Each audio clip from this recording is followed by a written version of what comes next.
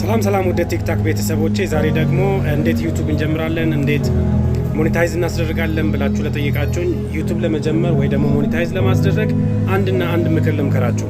ዩቲዩብ ለመጀመር የሰውን ኮንተንት ወይ ደግሞ የሆነ ነገር ኮንተንት ኮፒ አድርጋችሁ አምጥታችሁ ዩቲዩብን ብትጀምሩ የተወሰነ ደረጃ ይሄድና ፌል ያደርግባችኋል። እኔ የምመክራችሁ ግን ዩቲዩብ ከመጀመራችሁ በፊት የራሳችሁ የሆነ ኮንተንት ይኑራችሁ።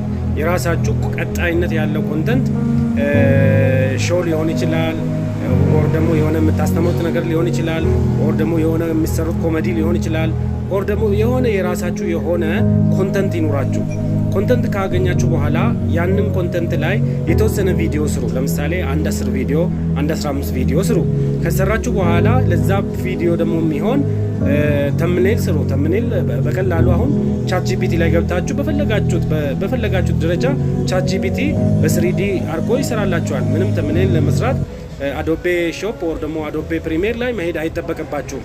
ስለዚህ በጣም ኤክስትራክትድ በጣም ደግሞ ሶፊስቲኬትድ የሆነ ቪዲዮም ለመስራት ሌትም ሳትሄዱ በካፕከት አፕሊኬሽን ላይ ገብታችሁ በቀላሉ ያንን ሰርታችሁ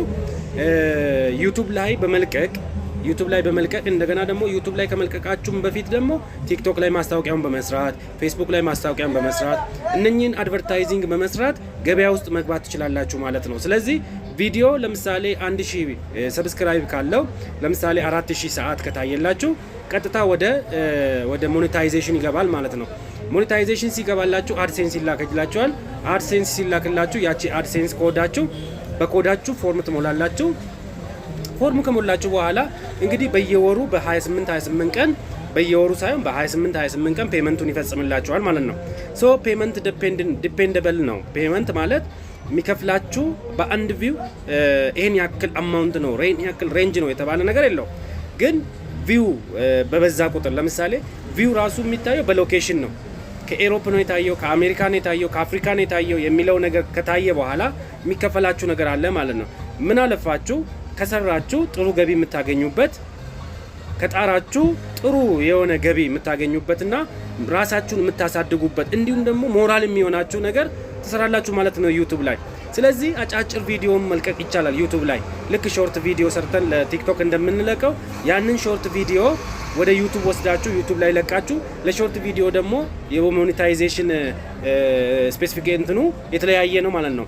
ስለዚህ አሁን እኔ የምመክራችሁ እንደ ጀማሪ ማንም ሰው ጀምሮ ይተዋል። ብዙ ሰው ጀምሮ ይተዋል። ለምንድን ነው? ራሱን ስላላገኘ የራሱን ኮንተንት ስላላገኘ። ስለዚህ እኛ መጀመር ከፈለግን የራሳችንን ኮንተንት እንፍጠር ነው። የራሳችን ኮንተንት ማለት ምን ማለት ነው? ክሬቲቪቲ ሊሆን ይችላል።